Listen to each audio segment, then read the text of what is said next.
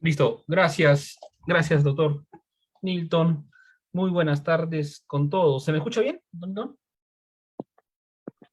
Sí, doctor, sí se lo escucha. Ya, perfecto. Ya, gracias. Muy buenas tardes con todos. Enormemente agradecido al Ilustre Colegio de Abogados de Cusco y a la Academy por la invitación. Siempre es un honor poder participar y compartir temas de la especialidad. Disculpen por la cámara, por algunos problemas técnicos. Se encuentra inhabilitada.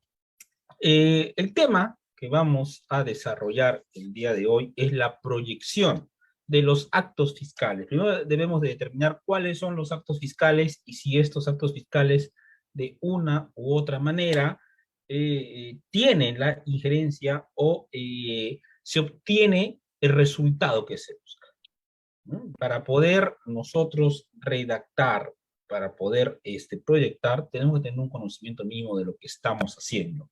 Esa es la enorme diferencia del copia y pega. A veces se indica que se pueda facilitar un modelo.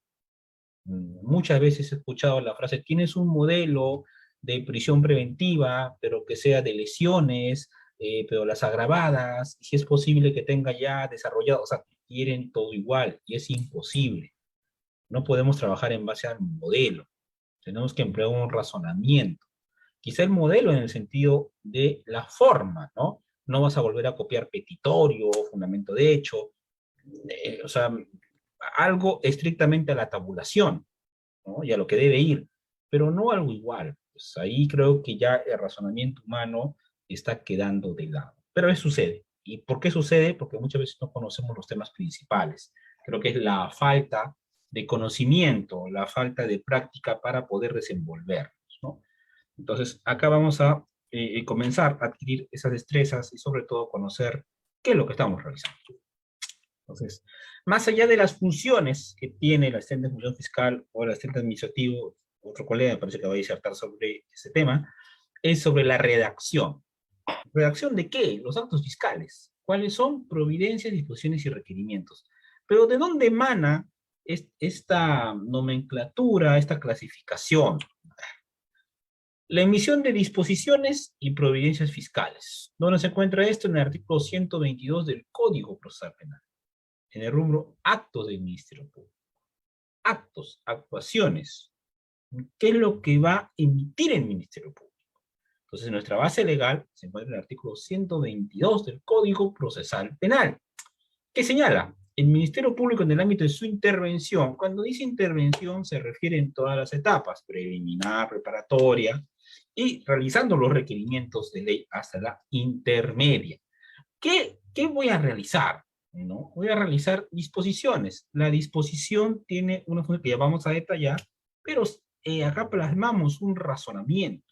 Y este razonamiento es para continuar, para concluir, o el acto que va a resolver un pedido. O sea, disposición igual resolución. Y para resolver tenemos que razonar. La providencia es un acto de mero trámite. Por ejemplo, vamos a hablar con ejemplo. No, hemos solicitado al Poder Judicial los antecedentes penales de un investigado. Y nos responde, ¿será necesario emitir una disposición? Visto el oficio 00-2022, el cual comunica que el investigado X no cuenta con antecedentes. ¿Será necesario resolver? ¿Vamos a hacer algo con eso? No, todo eso sirve. ¿Para qué sirve? Para la pena si lo acusa. Muy bien, tiene toda la razón. Pero, ¿qué vamos a resolver? O sea, ¿en qué varía? Quizá por la reincidencia, pero así fuera, ¿no? Reincidencia, habitualidad o tiene una condena. ¿Qué vamos a resolver? Solamente con una providencia basta indicar, estando al oficio, número tal, ¿no? Agregues tus antecedentes. Nada más. Y valores en su oportunidad. Suficiente. Entonces, la providencia es un acto de mero trámite para una cuestión de orden. Y formular requerimientos. Dicen que la lógica jurídica tiene una base en la lógica formal, en la lógica regular, en la lógica que todos sabemos. Requerimiento es un acto de peticionar, un acto de requerir. Esto es, decir al Poder Judicial, quiero que ordenes un mandato de prisión preventiva, quiero una orden de allanamiento, quiero, o sea, estoy pidiendo, estoy requiriendo. El código me señala requerimiento, con ese término tal cual, a la fiscalía y los pedidos o petición de las partes. Estos son los abogados. Entonces, la fiscalía no emite, vamos a decirlo de un modo técnico, pedidos, sino requerimientos. En el fondo es lo mismo, ¿no? Porque está solicitando al juez una actuación. Entonces, acá tenemos que tener claro. La base legal, artículo 122 del Código Procesal Penal. ¿Qué nos señala, no? Ahora, esto vamos a relacionarlo con el artículo 64, numeral 2 de aludido cuerpo normativo. El Ministerio Público, la Fiscalía, ¿no?, formulará sus disposiciones, requerimientos y conclusiones en forma motivada y específica. Existe, si no me equivoco, el Tribunal Constitucional ya ha señalado en algunos precedentes que se debe de entender la disposición por sí misma.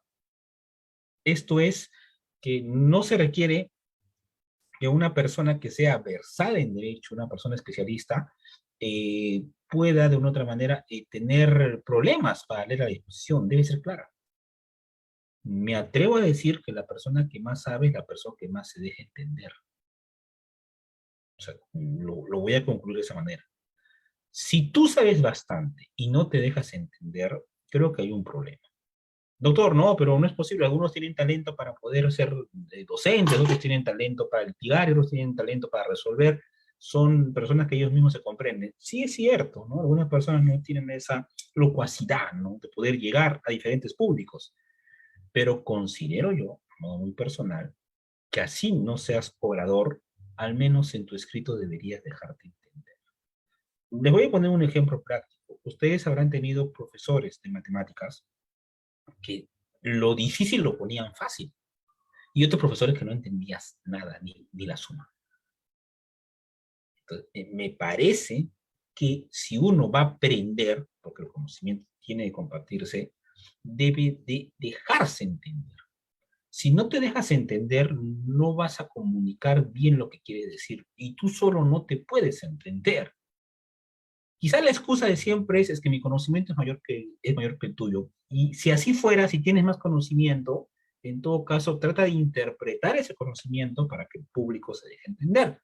De igual manera es una disposición. Trata de redactar, trata de ver según cada caso y que se dejen entender. Con eso no estoy diciendo que perdamos el tecnicismo, que no apliquemos reglas, que no apliquemos... No, no lo digo yo, está en el código. Pues claro, conclusiones en forma motivada, tiene que haber un sustento fáctico y jurídico y específico. Me sucede a veces que en audiencias, algunos colegas, yo por ejemplo postulo un caso complejo por dos causales: cooperación internacional y variedad de actos de investigación. Pero el colega de la defensa sustenta por pericias. Yo en ningún momento he indicado que voy a hacer pericias. Y encima lo hacen con énfasis. O sea, alguien que no conoce el caso, que no está pendiente, lo que realiza, le puede creer. Entonces, eso significa que no soy específico. No estoy hablando del caso en concreto, estoy hablando de todo menos del caso en concreto. Estoy yendo contra la norma. Entonces, es obligación mía conocer mi caso, motivarlo, ser específico, y que por lo que esté escrito y yo voy a oralizar, ¿no?, sea vasto para que se comprenda. Entonces, no es necesario decir, inclusive dice la norma, ¿no?, tal magistrado dice. Hace poco compartí en mi página un precedente que, bueno, señala, es una resolución judicial que señala que un precedente judicial no es una ley, es un razonamiento que puede cambiar. Doctor, ¿por qué habla así?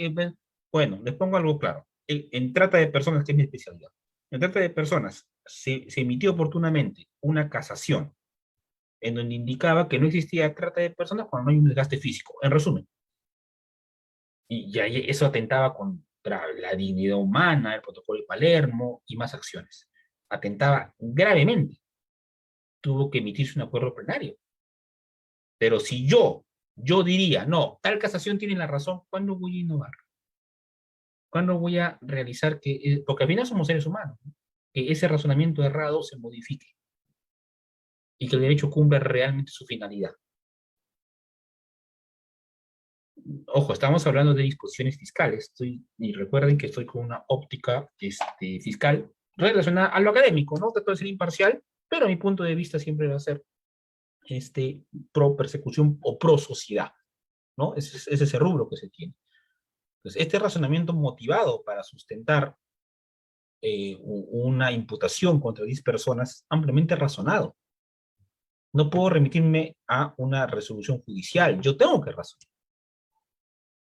Ni puedo decir, ¿no? Ya se emitió, tampoco, sino tengo que sustentarlo en ese requerimiento de exposición. Lo dice la norma, artículo 64, número 1 del Código Procesal. ¿Qué es lo que existe a veces? Error de interpretación inicial, ¿no? Por ejemplo, ¿qué ocurría? Vamos a remontarnos al año 2008. Algunos colegas presentaban una solicitud de prisión preventiva, aunque parezca esto algo, digamos, utópico, y presentaban una solicitud de prisión preventiva. O más aún, en la formalización, en un otro sí, se solicita prisión preventiva porque hay elementos de convicción, porque era básico, lo cual se va a oralizar. Como estamos en un sistema oral, se va a oralizar en audiencia. Yo no compartí eso, porque el mismo código te dice lo siguiente. Eso pasa cuando uno interpreta un artículo y no aplicas una interpretación sistemática de todo el Código Procesal Penal y con diferente normatividad, sobre todo la Constitución. No te puedes salir, o sea, en todo caso no estás interpretando, estás simplemente, vamos a decir, oralizando la ley. Entonces, me voy al ejemplo claro, no puedes solicitar una prisión preventiva con una solicitud simple. La norma te dice, artículo 122, numeral 5, las disposiciones deben ser motivados, lo que acabo de decir en la diapositiva anterior. En el caso de los requerimientos, olvidemos las disposiciones, solo los requerimientos, o sea, lo que le voy a pedir al juez, estarán acompañados de elementos de convicción, porque el juez tiene que evaluar los elementos de convicción. Tiene que ver si tu pedido de prisión tiene asidero con lo que ha pasado. Y la parte tiene que defenderse. ¿Se dan cuenta? Entonces, base normativa, artículo 122, numeral 5, todo requerimiento tiene que ser motivado y con elementos de convicción. Así tiene que ser razonamiento, ¿no? Aunque no crean, tuvieron que pasar varios años, creo que unos 5, y emitirse una sentencia del Tribunal Constitucional, de que justo daba estas pautas. ¿No? Pero bueno, es parte. Tratamos de aplicar correctamente el derecho. Cuando se emite una disposición fiscal, ¿no? ¿Cuándo emite una disposición fiscal? Uno, cuando voy a iniciar una investigación. Porque tiene que haber una imputación o un hecho de carácter delictivo para iniciar. No se trata que todos vamos a ser investigados porque cualquiera te puede denunciar. No, tiene que haber un mínimo de sustento. A veces también se ha visto disposiciones que no dice el fáctico. Solo señala, vista la denuncia tal en contra de tal o el delito de tal. Deben investigarse. Y el archivo debe ser más sustentado. ¿Por qué? Porque acá se va a ver si continúa o no esta persecución penal. No se trata de denunciar por denunciar. Inclusive, por eso hablamos de falsa denuncia, ¿no? Entonces, para eso una disposición, ¿para qué más? La conducción compulsiva. Vamos a ver acá. Particularmente no soy partidario de la conducción compulsiva para el imputado. Doctor, ¿usted va contra la norma? No, voy a aplicar una interpretación sistemática, inclusive con derecho constitucional. El acuerdo plenario, me parece que es el 2-2005, señala en un extremo que el imputado no está obligado a decir la verdad. Doctor, entonces puede mentir, es que no te dice que puede mentir. Tú puedes interpretarlo así, pero te dice que no está obligado a decir la verdad. ¿Cómo es posible, doctor? Porque hay un principio universal, que es el principio de la no autoincriminación.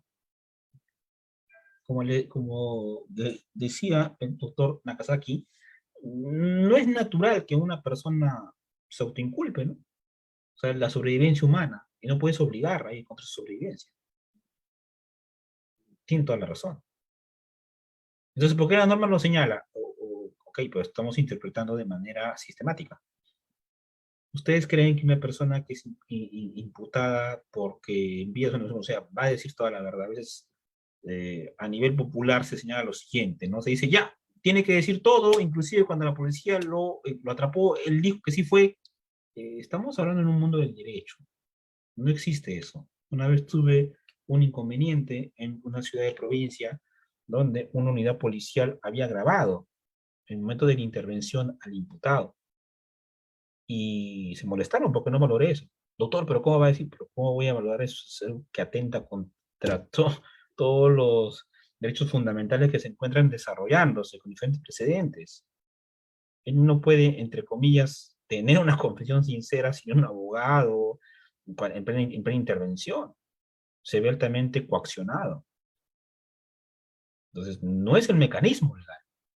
No es el mecanismo. Se respeta el orden de cada institución, pero no es el mecanismo legal. Entonces, bastaría que el imputado te diga por ejemplo que no puede venir. Pero la ley te faculta que no puedas traer. Ahora, si eso va a ser fructífero, o sea, con lo que les acabo de explicar, saquen sus conclusiones. Muy diferente al testigo perito. Por acá inclusive podemos, si el testigo no quiere hablar, no hay un problema, hay una figura del testigo protegido. Testigo con código de reserva. Y el perito es un profesional que tiene que explicar las condiciones formales de su resultado, porque ese resultado, puede ser que se ocasione un archivo o una formalización o el requerimiento de ley que corresponda, pero va a tener un efecto de conclusión. Tiene que explicar sus conocimientos técnicos. Entonces, el razonamiento es otro. Entonces, tenemos que verlo así, ¿ya? Bueno, sigamos con este orden, ¿no? La intervención de la policía. Yo no puedo citar por citar a la policía. Diría que las instituciones tienen muy buenos principios. Quizá el problema viene qué personas interpretan mal esos principios, ¿no? Eh, Existen unidades policiales, en general, digo en general, ¿no? En donde en la práctica te apoyan. Hay una constatación, te envían personal, te apoyan con una diligencia. Sin embargo, otras quizá no conocen todo este tipo de funciones, ¿no? Y ocurre a veces que te responden, inclusive con oficio, y te indican, la investigación no está en sede policial, por tanto, no se puede brindar el apoyo. Pero el apoyo es un tema de resguardo, es un tema de imparcialidad, ¿no? Por eso digo, es más, el operador, o sea, la persona que está a cargo que se han interpretado correctamente, ¿no? La normatividad. Entonces, por ahí puede haber falencias. Entonces, eso tienes que sustentar porque te va a apoyar la policía. Porque ellos también tienen sus actividades, el personal está distribuido. Por ahí va la naturaleza de ser de este requisito. La aplicación del principio de oportunidad, tienes que motivar porque ese delito no es un delito grave, porque cumple con las causales de poder citar esta salida alternativa. Otro es la abstención del ejercicio de la acción penal, porque tiene un carácter de archivo. Y todo acto que requiera motivación legal. ¿Ve? El sustento. Esto ya lo hemos hablado, pero también te lo repiten acá. Sustento de las disposiciones. Vamos al sustento de fondo y qué es lo que se justifica. De fondo, cuando formalizo, tengo que sustentar la imputación necesaria, la imputación concreta. ¿Sí? A esto se refiere. La formalización tiene sus requisitos. Y el archivo, de igual manera, porque es un hecho atípico, o la causal de archivo que estés citando, ¿no? Y el sustento solo, una prórroga de plazo, una ampliación, no tiene que motivar mucho. Hace poco tomé conocimiento en que se realizó una confusión con una providencia fiscal que, por ejemplo, el fiscal inicia la investigación preliminar con 60 días y a la policía le da 20. Entonces, el miembro policial te solicita con un oficio que de los 20 días le puedas dar 20 más. Y con providencia le respondes que estando que el preliminar tiene 60 días, otórguese los 20 más. Pero se interpretó esa providencia como una prórroga. O sea, como que fue una disposición. Tengo 60, 120 más. Cuando simplemente fue comunicar que hay plazo. Existen esas distorsiones, ¿no? Hay que tener un poquito de cuidado con eso. Doctor, ¿cuál es la diferencia entre prórroga y ampliación? La prórroga mayormente este término se utiliza para una prórroga de plazo, tiempo de investigación. Y la ampliación tiene un carácter mucho más variado. Ampliación de imputado, ampliación de imputación, ampliación de plazo. Como una especie de género especie, si quieren verlo así. Cuando dictamos las providencias, muy bien, artículo 122, numeral 3, las providencias se dictan para ordenar materialmente, no dice de fondo, materialmente, un certificado de antecedentes penales, el tema de la folietud, N factores más que solo sean de orden, que no te va a cambiar, no te va a alterar, porque no estás valorando de fondo. El proveído fiscal o acto fiscal. El Código de Procedimientos Penales tenía una similitud con un auto, ¿no? El auto ya es más de un carácter judicial, ¿no? Pero le da esa categoría, hay rezagos de esa interpretación. Sin embargo, yo lo comparo con simplemente un decreto judicial que ordena. Porque no vas a emitir disposiciones todo. ¿Se imaginan emitir disposiciones de todo y que todas tus disposiciones las puedan quejar o puedan recurrir al superior? ¿Se imaginan? Sería una suerte de proceso civil. Y me parece que no es la naturaleza personal. Tipos de providencias. Básicas y con grado de sustento. Las básicas, para adjuntar documentos, para agregar un certificado anteseminal, lo que ya les acabo de decir. Y las que tienen un grado de sustento, por ejemplo, un apersonamiento que está variando. Existe, digamos, ¿no? El abogado A se apersona. Y luego de 3 meses se apersona el abogado B. Un ratito, ¿están variando o están incorporando o es defensa conjunta? Porque ten mucho cuidado, ¿eh? Si tú no aclaras eso, tus notificaciones van a ser nulas. Puede haber malicia de la defensa. Total, a lo mucho que podrás hacer tú es mandarle copias al colegio de abogados respectivo. Pero ya se anularon las disposiciones. Tú tienes que estar un paso adelante, tener todo claro. Y si notificas a los dos domicilios procesales, tampoco es válido. O inclusive sucede, ¿ah? Ojo, ojo, ojo, esto es lo bueno de las ponencias, que son cosas prácticas. Puedes señalar el mismo domicilio procesal, pero son diferentes abogados. ¿Qué tal en esa oficina? Son 5 abogados. ¿A quién vas a notificar? Ninguno te quiere recibir. ¿Se dan cuenta? O sea, no es tan fácil como parece. Un poquito de cuidado en eso. Alguna terminología y conflicto, ¿no? La disposición dispone, su mismo nombre lo señala. No hay mayor razonamiento acá. El requerimiento requiere. Y he escuchado que se dice que la providencia se dispone. ¿Puedo disponer? Si estoy diciendo que voy a ordenar, ¿sería lógico? Bueno, en un sentido gramatical, yo diría se provee. No hay un manual, no hay una ley que obligue a usar estos términos, pero realizando una interpretación hay que distinguir, ¿no? Una disposición de una providencia. Sería más coherente se provee, es como dar trámites, es como lo que sigue, ¿no? El control judicial con imputación concreta hacia donde apuntamos. ¿Cómo es esto? El fiscal puede realizar 2 acciones, ¿no?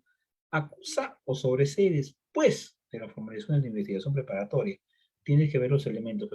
Puede ser el caso que has tenido elementos graves y fundados para requerir prisión, pero luego de los meses de investigación son nuevos elementos que te van a obligar a sobreseer.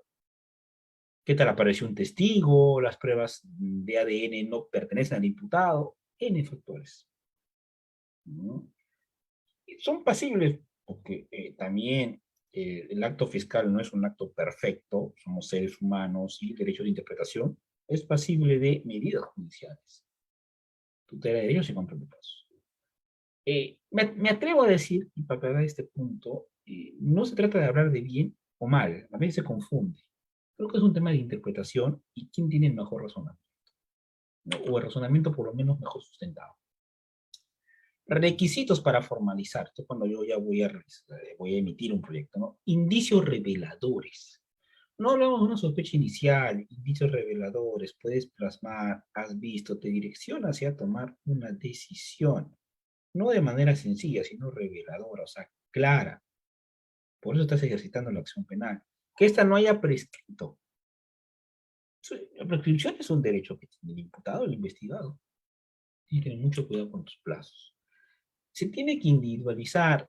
He visto en algunos casos, cuando recién se implementó el nuevo código en otras ciudades, las ciudades iniciales, formalizar contra los que resultan responsables. Miren, son cosas que se ven, porque está comenzando el código, pues la gente está aprendiendo, ¿no? Formalizo contra los que resultan responsables. Claro, puedo poner formalizo contra la persona X y los que resulten responsables. He visto eso. Su micro, por favor. Muchas gracias. También he visto que presentaron un recurso de queja en contra de una formalización y se lo concedieron. O sea, la formalización tenía que elevarse al superior para que el superior revise si debe o no formalizar. ¿Qué les parece? Iniciando el código. Ocurren, ¿no? Ocurren. Hay que tener mucho cuidado con este tipo de cositas. La estructura de la disposición, ¿no? Este es de formalización. Nombre del imputado, hechos y tipificación en principio alternativa, nombre del agraviado de ser factible, diligencias que se actuarán. La formalización no me exige en sí que esté determinado al cine del agraviado, ¿eh? De ser factible, me señala. No es imperativo. Del imputado, sí. A veces se solicita, me parece, un control ultragarantista. En la disposición te exigen cosas que no está en el código.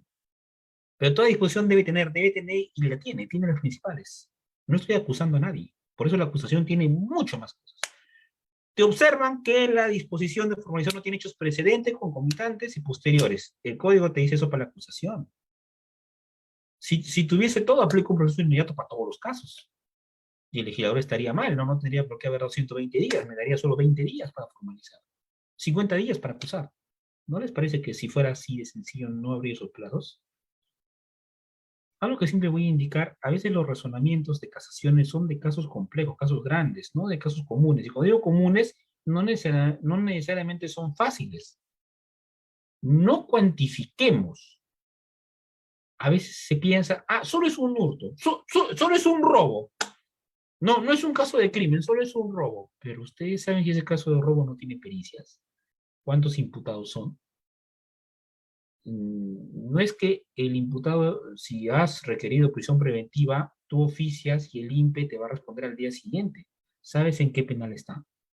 ¿Sabes si tienen sala de conferencias?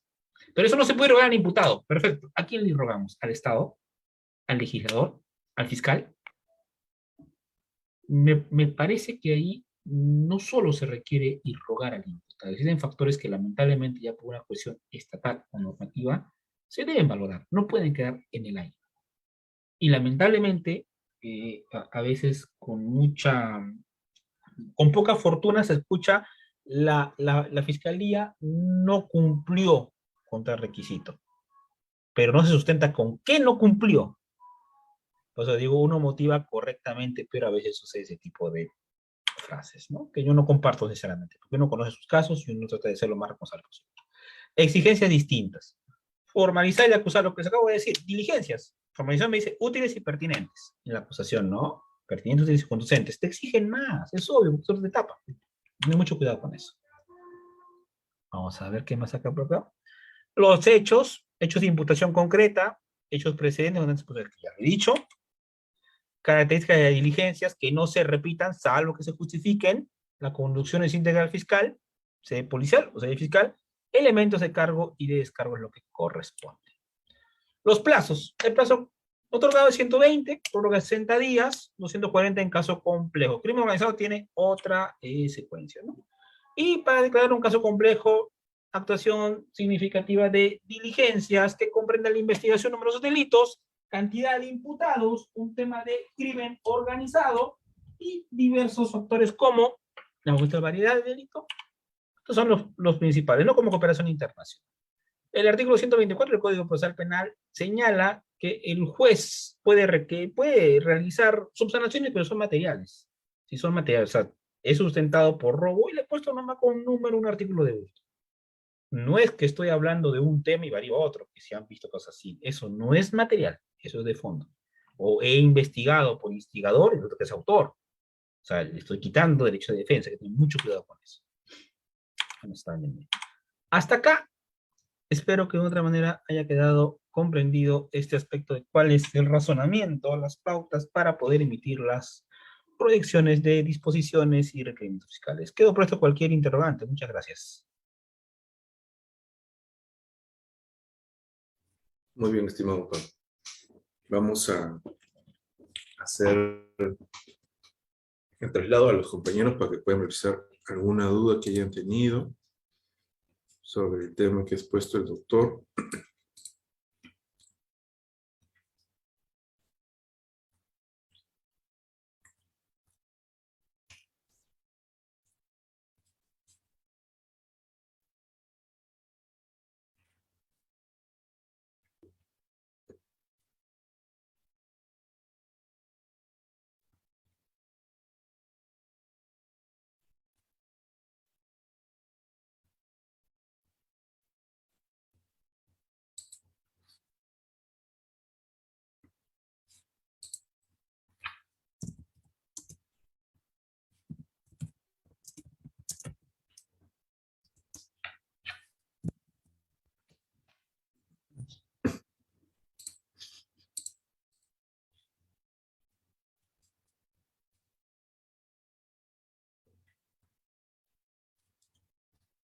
Muy bien, entonces vamos a...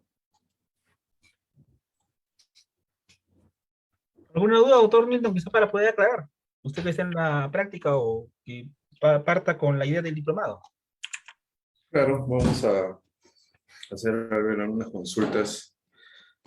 Es muy criticado, doctor, el proceso inmediato, ya porque se supone que el fiscal tiene los elementos de convicción eh, a la mano, así podría decirse. Y no existe otros elementos que se puedan, o bueno, otras diligencias que se puedan realizar, otros requerimientos, porque se entiende que el justo penal ya cuenta con ese alto grado de sospecha de que ha sido el autor o partícipe de un hecho delictivo.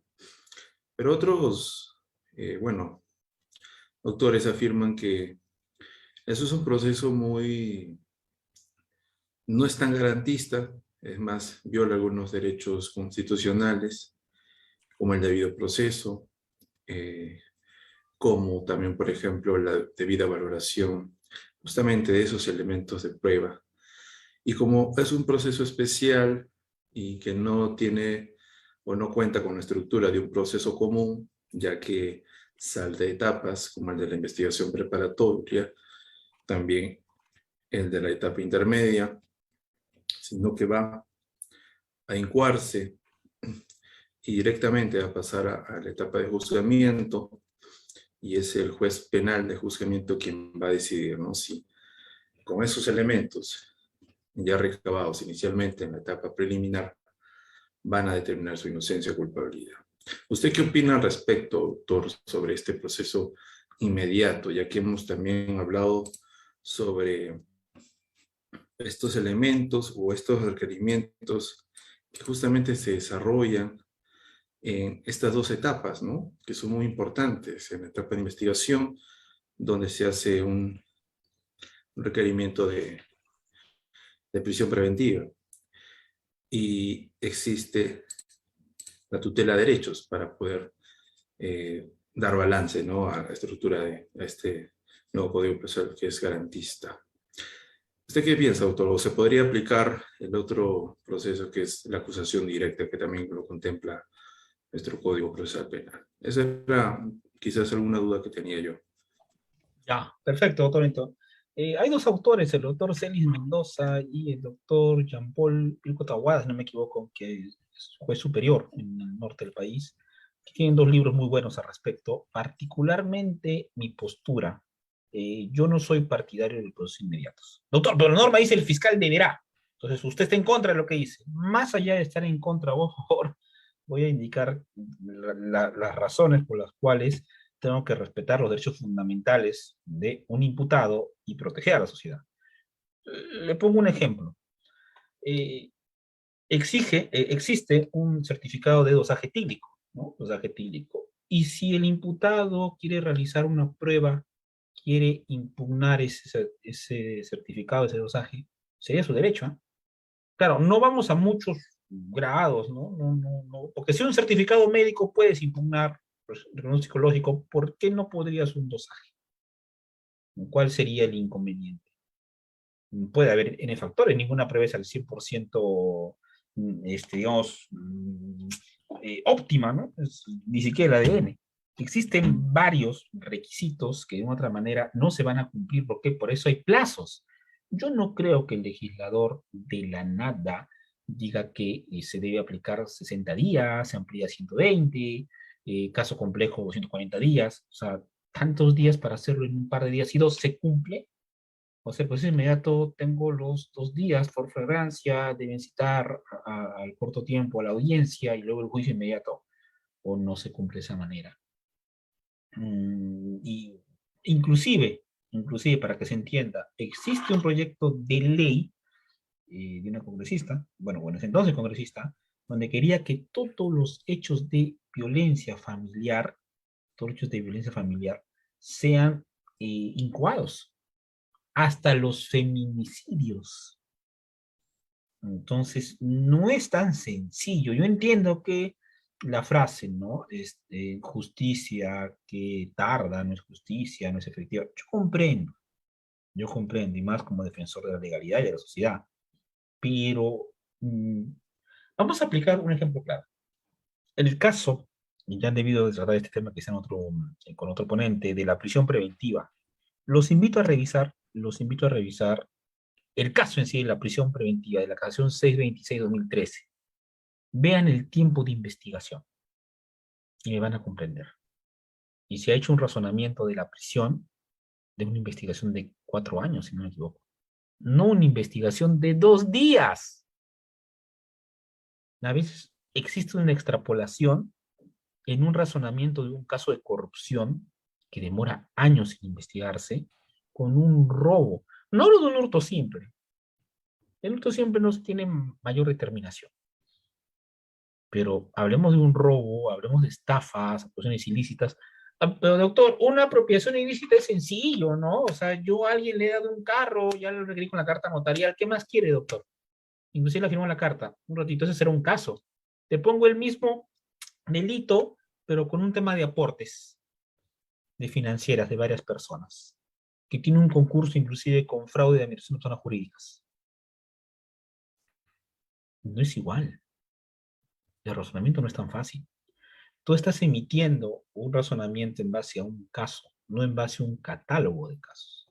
Y el proceso inmediato, al justamente no cumplir todas las etapas como se debe, dos, un fiscal tiene para acusar 15 días.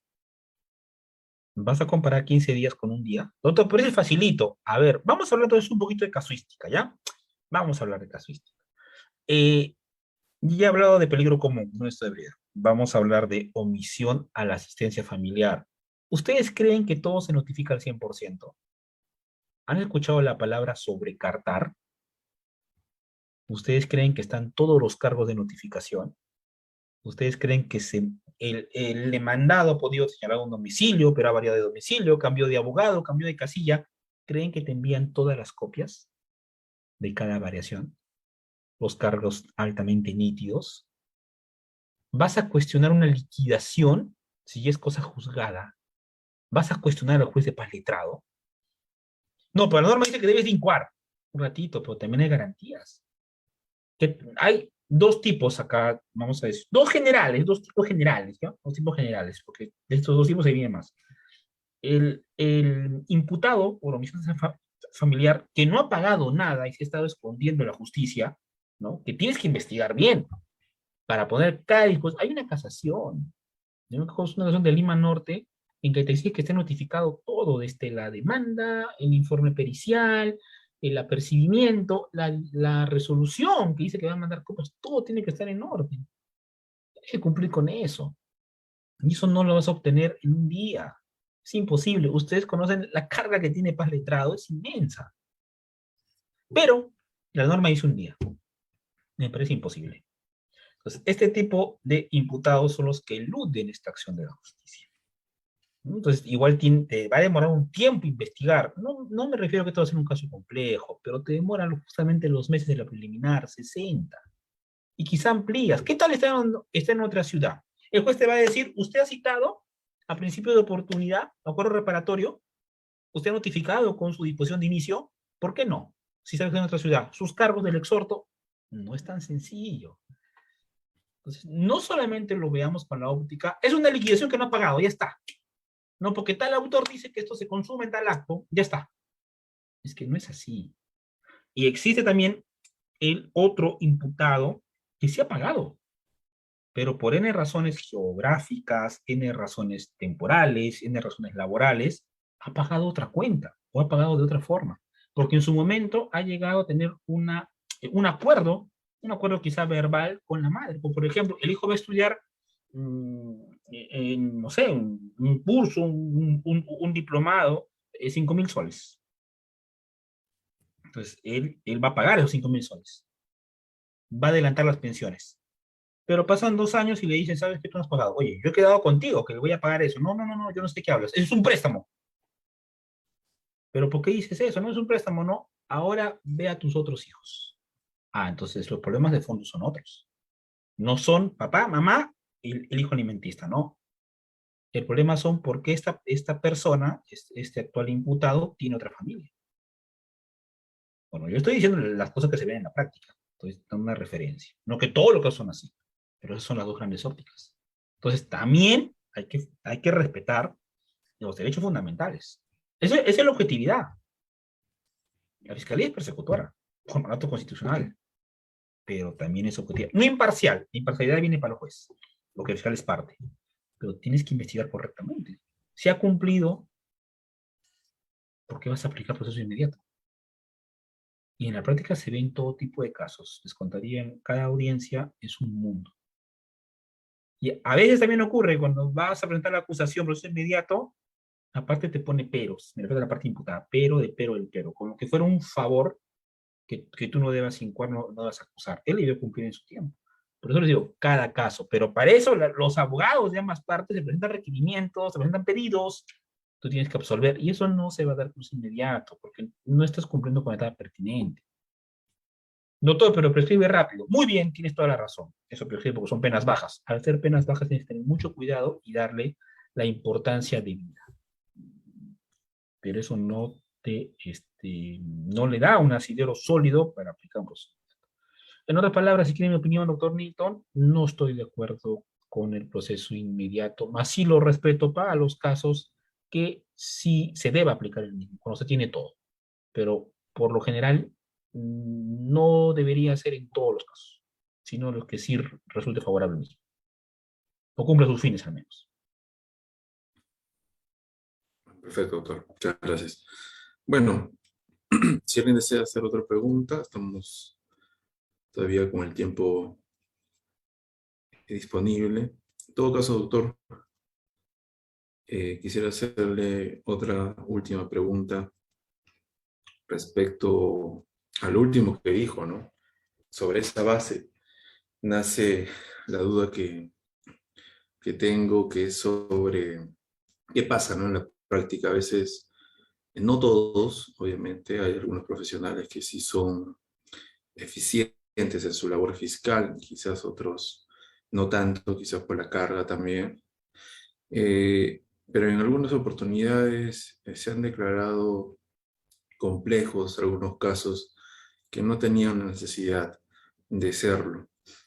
Y crea, pues, ¿no? Una indefensión, bueno, no una indefensión, sino que crea justamente que se alargue el proceso y bueno, como usted lo dijo, ¿no? Proceso largo ya no es justicia, pocas palabras.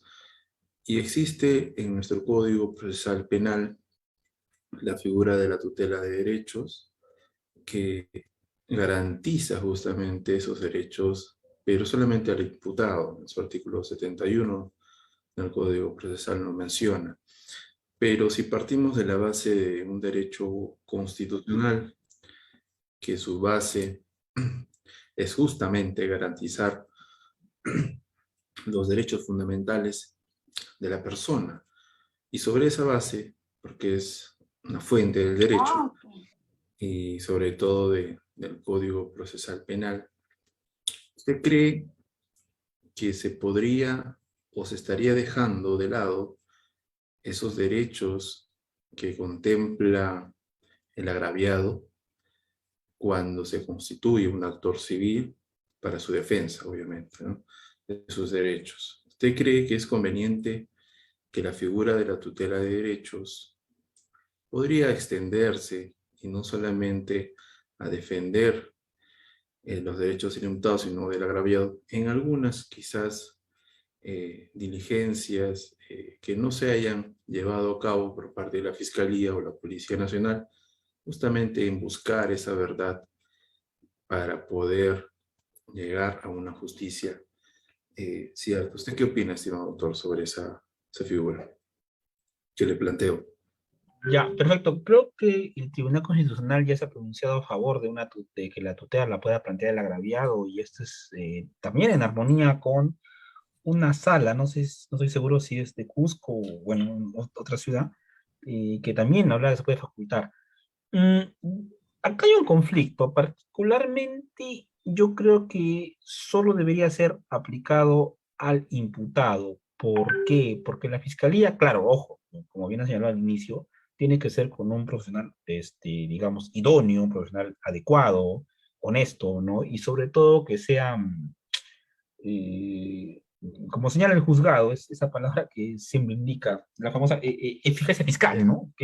O la diligencia fiscal, ¿no? Un colega diligente que realice sus actos de investigación correctamente, no habría problema, porque ya la norma te dice que tú representas a la sociedad y actúas a instancia de víctima.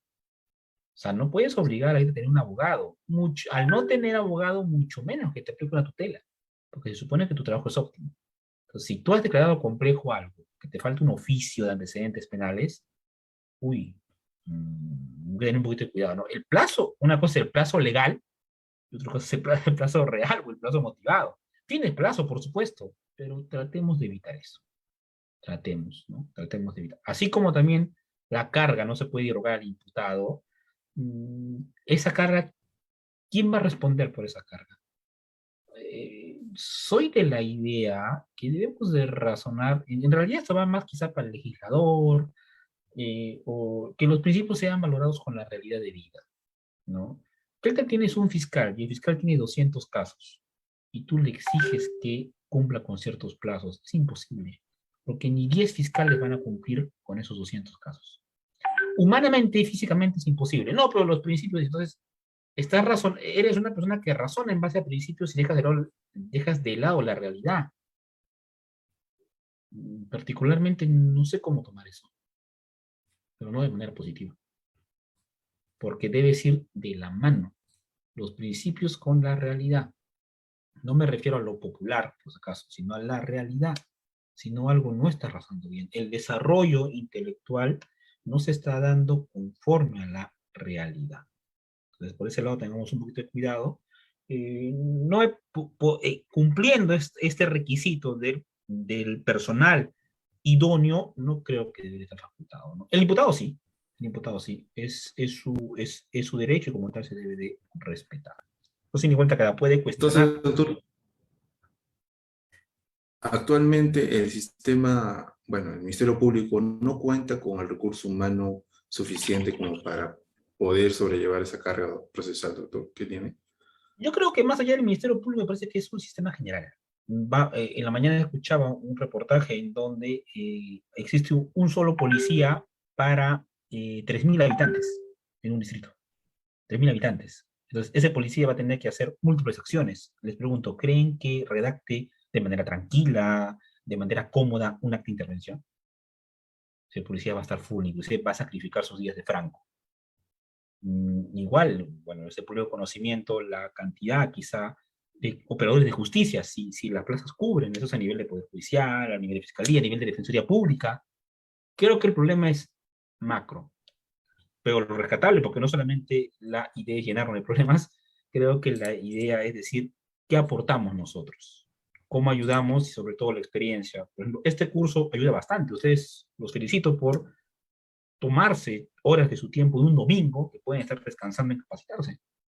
Van a salir con otra óptica, con la opinión de un colega que está ahora dolarizando, pero tienen ya un perfil más amplio. Y eso va a ayudar porque ustedes puedan razonar. Creo que esa es la mejor solución. Tratar de trabajar la mejor y hacer los esfuerzos, porque cada quien conoce el potencial que tiene. No habría excusa de decir, no puedo. Creo que siempre se puede en la medida que nosotros tengamos la capacidad. Muy bien, doctor. Bueno, creo que Ronald tiene alguna pregunta. Estimado Ronald, te escuchamos. Sí, bienvenido sea. ¿Qué tal, doctor? Doctor Nilton, buenas tardes. ¿Qué tal, doctor?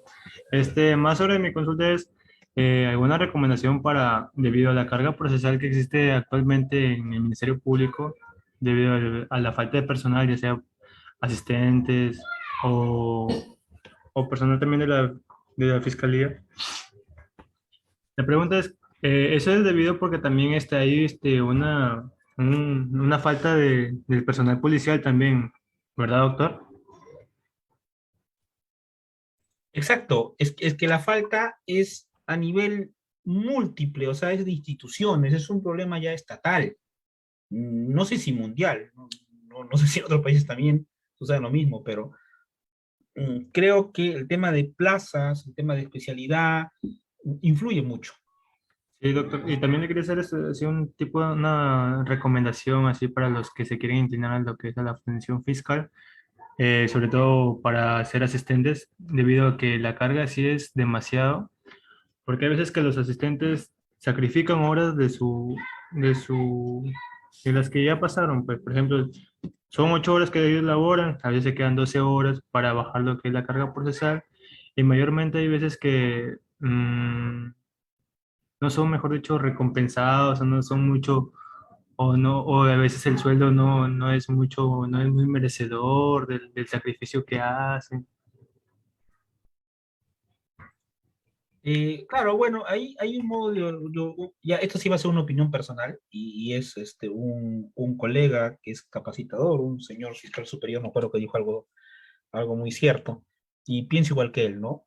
Que hay perfiles en el mundo del derecho, hay perfiles, ¿no? Nosotros no podemos decir, no, porque es un colega que es independiente mejor que yo o está por debajo, o el colega que es magistrado mejor que yo, no, no, creo que cada persona se va a desarrollar conforme, donde se sienta cómodo, conforme a sus talentos, ¿no? eh, Según, son públicos los sueldos, entre internet y sale el sueldo que tiene un asistente, un fiscal. Yo diría que acá hay que tener vocación, vocación. Si tu vocación es defender a la sociedad, tienes el entusiasmo, te estás capacitando y quieres hacer carrera, bienvenido seas. Bienvenido seas. En general, bienvenido. Quien les habla, empecé como asistente administrativo, eh, fui promovido a asistente en función fiscal por concurso público y he sido fiscal adjunto. Soy fiscal adjunto penal, pero he sido fiscal especializado en diferentes fiscalías. Entonces, tengo ese entusiasmo de poder defender a la sociedad, tanto al Estado como a las personas indefensas. Esto es niños, mujeres maltratadas, pequeños que han sido abusados, personas estafadas. Te tiene que nacer, te tiene que gustar al margen del sueldo. Doctor, pero uno como profesional, nosotros nos forman que debemos tener un sueldo conforme a nuestro trabajo. Sí, yo comprendo y respeto al 100. Yo no discuto ese tema, eso sí. Pero si la inclinación de uno está a hacer carrera fiscal, a lo que sí puedo decir, y que se conoce, es que es una labor sacrificada. Va a sacrificar muchas cosas. Pero si es tu vocación, te vas a sentir bien y no va a ser un sacrificio como tal. Simplemente va a ser parte de tu labor. Y te vas a acomodar en base a eso. Entonces, los colegas que quieran dedicarse al litigio y quieran conocer estos temas, bienvenidos, perfecto. Ese es su rubro, es el litigio, es la reparación, es crear derecho, está bien. Y los colegas que quieran hacer carrera fiscal o judicial, pero vamos a hablar de la fiscalía, bienvenidos sean a la institución, porque es una carrera que requiere mucho sacrificio, que requiere vocación y sobre todo tener la inclinación de ser pro sociedad. No por, digamos, inclinar la balanza y voy a hacer, no. Eres pro sociedad sin perder tu objetividad, sin perder tu objetividad. Porque si archivas un caso, te van a quejar en control interno, quizá alguna parte de la vida que no está de acuerdo. Y si formalizas o acusas, también te va a quejar la parte imputada, porque eres objetivo. No puedes perder la objetividad. Es parte del sistema, nosotros tenemos que seguir adelante y con el mejor ánimo. Bueno, y capacitarnos. Para mí es un gusto darles una charla un día domingo y más de los de ustedes jóvenes profesionales que están acá. Muchas gracias.